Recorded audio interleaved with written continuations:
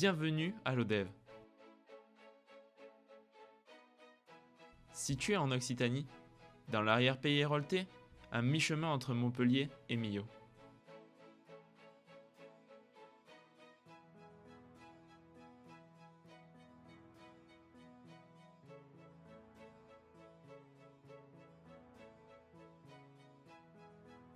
Entre Larzac et Salagou, histoire, culture et art se mêlent, faisant la richesse du territoire.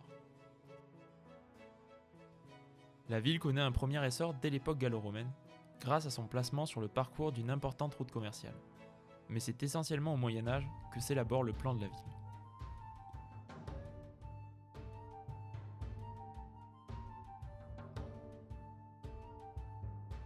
C'est au XIIe siècle que la ville se développe. Au sud-est, un noyau populaire au confluent de la Lergue et de la Soulondre, et à l'ouest, une cité épiscopale autour de la cathédrale. En 1351, pendant la guerre de Cent Ans, l'Odève reçoit l'ordre de creuser des fossés et d'édifier une muraille, dont on peut encore de nos jours imaginer les contours en suivant le tracé des boulevards qui cernent la ville, ainsi que contempler d'anciennes portes et tours de la citadelle.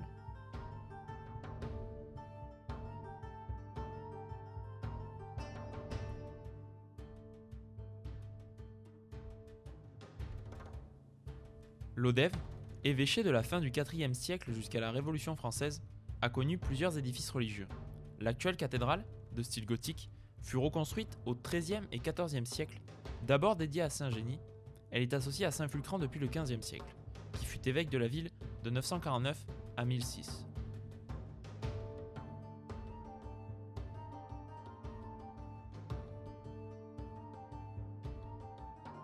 À l'intérieur, on remarquera notamment son grand lustre en cristal offert par la reine Victoria en 1860, son orgue du XVIIIe siècle ayant été faite à Toulouse, ainsi que ses vitraux signés Mauvernet datant de 1854.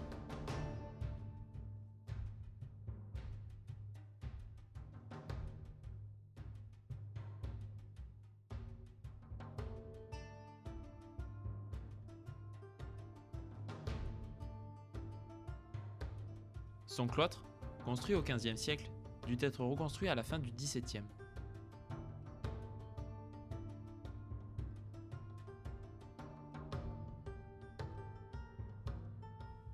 Le palais épiscopal, adjacent à la cathédrale, date du XVIIIe siècle. Il abrite désormais l'hôtel de ville. Ces nombreuses reconstructions sont dues à la prise et au pillage de la ville par les Huguenots pendant les guerres de religion en 1573, et rendues possibles grâce au développement de l'industrie textile qui va aider l'Odève à se relever. Cette industrie commence à s'organiser dès le Moyen-Âge. La ville tire profit de son placement à proximité des rivières, l'utilisation de l'eau étant nécessaire dans plusieurs étapes du traitement de la laine. Ainsi, des aménagements dédiés à son travail font leur apparition modifiant les rivières afin d'utiliser au mieux leurs forces.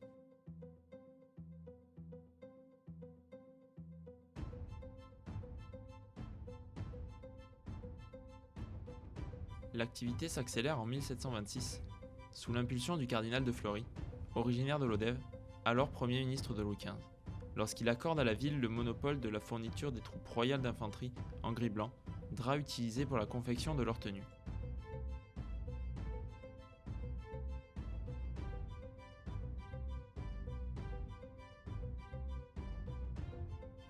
Au cours du XIXe siècle, les ateliers laissent place à des bâtiments industriels pouvant accueillir une main-d'œuvre plus importante et des machines modernes de plus en plus imposantes.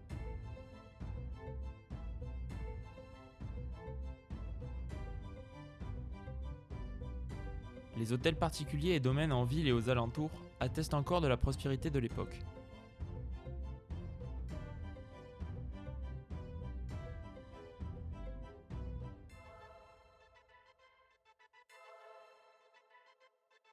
Construite en 1855, la sous-préfecture témoigne de cette importance économique et administrative. Rythmée par les périodes de guerre, l'activité atteindra son apogée au milieu du XIXe siècle, avant de traverser une période troublée, amenant à la fermeture de cette dernière usine en 1960. Forte d'un passé chargé d'histoire, la ville obtient en 2006 le label Ville d'art et d'histoire, avec pour objectif de mettre en valeur sa culture, son savoir-faire et son riche passé architectural. Son musée, figure de proue de cette politique, ancien hôtel particulier du cardinal Fleury, ouvert en 1962, Réouvert depuis le 7 juillet 2018, après 4 ans de travaux, couvre une vaste période de l'histoire de la Terre au travers de ses différentes expositions, allant des vestiges paléontologiques à l'art moderne.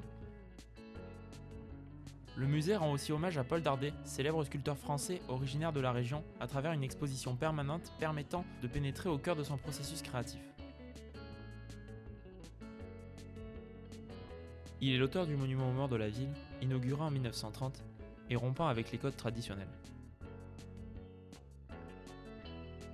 Représentant un poilu, étendu mort, à son chevet une veuve effondrée sur sa dépouille, entourée par 4 femmes, symbolisant à la fois les différentes couches sociales, mais aussi les saisons se dressant contre l'oubli, et par 2 enfants, symbole de l'innocence.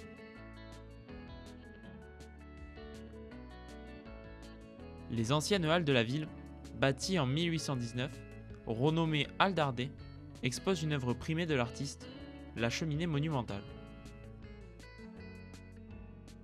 La ville dispose aussi du label Ville et métiers d'art, lié à l'organisation du Salon des artisans créateurs qui attire des milliers de personnes chaque année.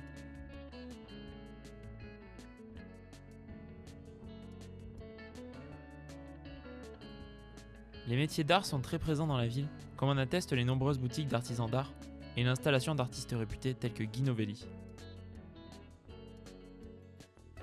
Lodève, capitale des Hautes-Terres de l'Hérault, est donc un lieu de visite incontournable de notre région.